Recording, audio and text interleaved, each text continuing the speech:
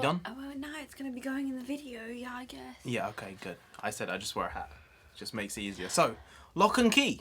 Lock and Key. Surprisingly, pretty high key good. Yeah, high key. A lot of the time, surprisingly good show for most of the season, but there were problems. Yeah. Nearer the end. I think when we first started watching it, we couldn't stop. Yeah. It was like a page turner. We were like, we need to see the next episode. We need to see the next episode. It was just so intriguing. I think I could have watched it all in the space of 2 days. Yeah. Even though it took like a week to watch it, I think we could have watched it all in maybe even a day. If I had the whole day to spend on it, time, I could have probably binged it all in a day. And that doesn't happen. I don't like binging shows. You don't really get a connection with the characters if you binge shows, in my opinion. Yeah. You know, you don't. It's not as real for some reason. But this one, I just wanted to get through it because it was so interesting and intriguing, and the concept was good, and the execution was really, it was well done, and even though there were kids and like Bodhi was the youngest, his personal journey and each of their personal journeys and the mum's journey, you were so invested in it, in the way that they'd done it with the storyline. And curated their relationships together. Absolutely. It was high fantasy in a way.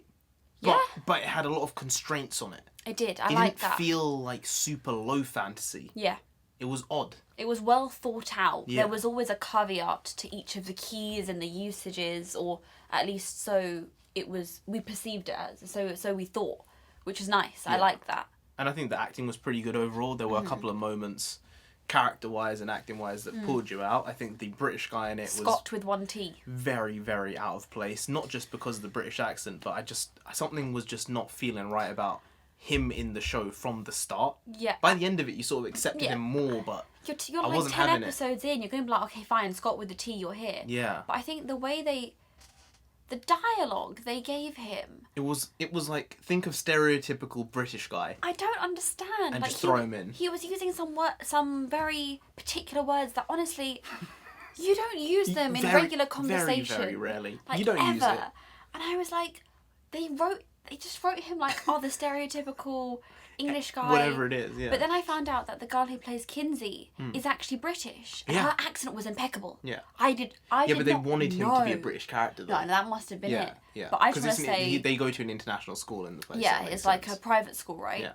But she did an amazing job With the because accent, when I said, "Oh, Bea, she's English, she's British," he was like, Oh, damn. "Wow!" Yeah. Because it was so flawless. And then there was bloody American Peter. Tyler. Yeah. Yeah. American Peter from Lion Witch and the Wardrobe. Yeah, when we first saw him, we were like, he looks basically like Peter from the 2004-5 Lion, the Witch and Wardrobe. Like identical, just an American version. And then his character was quite Peter-like, Yeah, in a which lot of was ways. nice. Yeah. Eldest sibling sort of thing as well going on. Yeah. But the kid from It, Bodhi, was good as well. There were moments where I was like, I'm not buying this. But generally, I think he did a good job. Story-wise, again, it was good. Yeah. Up till episode 9. Yeah. That's where problems were. CGI was good generally. Oh, yeah. The plot and story was engaging. It just made you want to watch every single episode up to episode 9. Yeah. 1 to 8, if they just stopped at 8 somehow and just stopped and just had that as the season end, I think I would have preferred it to the actual end we got. I think up to 8 we had so many questions, and each episode we got a little bit more. We got crumbs, and we never got all of our questions never got really answered. No. And then come episode 9, our questions got answered, but I think in an odd way. It was a way that we didn't expect, and I didn't particularly like the way they did it. This is going to be spoilery, so we can... No, let's not spoil. Oh, not say it. Okay. Yeah, we've been this far without spoiling. Oh, okay, then fine. But yeah, they sort of answered some questions, but they then gave more questions in episode 10, which questions I didn't really want to be questions. Yeah. Because it made a big confusion around the big bad of the show, as opposed to who they were and where they were coming from and their motivations in ways. So you didn't really understand the motivation of the bad guy until the end of the season. Yeah. And you didn't really even understand it then. Mm-mm. Like, it wasn't... I wouldn't have guessed that was the motivation, because it just seems like a very odd motivation. Yeah. And we didn't really get any understanding of how the bad guy sort of got there, or how the bad guy came into their lives, like, really, from the beginning of the Locke story. And it's not what you want, because you want a really solidified... like evil presence or bad guy. And it was there up till episode 8, but it sort of felt diminished by episode 9 and 10. I think 9 was the weakest episode out of them. 10 was okay, but I think it was the feel of 9 just gave an off tinge to the series. And I think it affected 10 in where it went. I think it's because there was some... there were flashbacks throughout the series. And the flashbacks were done pretty well. And they were done I didn't mind well, the flashbacks. They were done well. 9 had a flashback, half an episode, basically. Half an episode, yeah, basically. And it just seemed a bit like they were trying to progress with the story with what they were giving you, but it wasn't really progressing the story, and it just seemed a bit disjointed.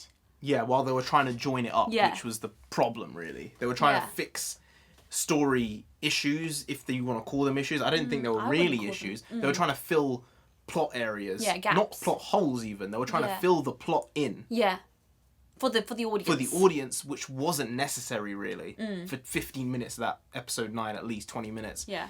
And I think it was just wasted screen time. A lot of it. It could have been boiled down to 5 minutes as opposed to 15 or 20. Yeah. And you would have got more out of that episode from other aspects of it. Yeah. But just I think episode 9 specifically really did change the tone of the series. Still a very fun show. It was really I'd recommend it. I think it was better than The Witcher. Oh, yeah. In practically every way. If you want to watch a fun fantasy show, watch this instead of The Witcher. Yeah. This is a better show, categorically, than The Witcher. I will say, I think it's rated a 15 on Netflix. Yeah. I would agree with that, because there are some adult themes that run through it. Some adult themes. I don't want to. Spicy at times. It was quite heavy at times. Yeah. And I feel like younger viewers might find it a bit difficult. Really enjoyable though. Like, wow. Surprising. I didn't think I'd like it this much. Yeah. I threw it on as like let's see what this is, because some people suggested it, but then some people suggested The Witcher to me, and it just sort of fell a bit flat. Because that was like a 5.5 out of 10. It was fine, but it just was nothing special. I'm telling you, up till episode 8, this was like an 8.5 out of 10, really 9 out of 10 show. Yeah. Because of episodes 9 and 10, I'd probably say it's like a 7 out of 10, which is so annoying. I would say, because they tried to pack so much into those last 2 episodes. And the thing is, the last 2 episodes were some of the shortest in the series. Yeah. The first 2 were like 50, 56 minutes. The final episode 10, was 40. But then this is what I mean. Maybe they knew what they wanted to do and they did that. Because otherwise it doesn't make sense why they would cut down the length of the show. It just doesn't make sense. But good show overall. What would you give it out of 10? I would give it a 7 out of 10. 7. I'd give it 7 as well. Yeah. Those are our opinions. Good. Check it out. Give it a watch. Interesting. Anyway, guys, if you did enjoy this video, please do like, share, comment, and subscribe to the channel down there. If you didn't, then Echo will come after you. Ooh. You don't know who that is. But you don't want that. You really don't, so just subscribe anyway to avoid that. I've been NarendraTheComic. I've been India. You have been great, and we'll see you next time. That's tomorrow if you don't know. Make a video every single day. Not stop until we get to 10,000 subscribers. That's a lot of people, but we can get there. Subscribe. It will be great. It will be wonderful. I'll be back tomorrow with some more quality shitty content, because that's just what we do. That's how we do here and now. Will you be here tomorrow? Maybe. Maybe. Possibly. You never know. See you tomorrow. I'll be here. For sure. See you tomorrow. Skadoosh.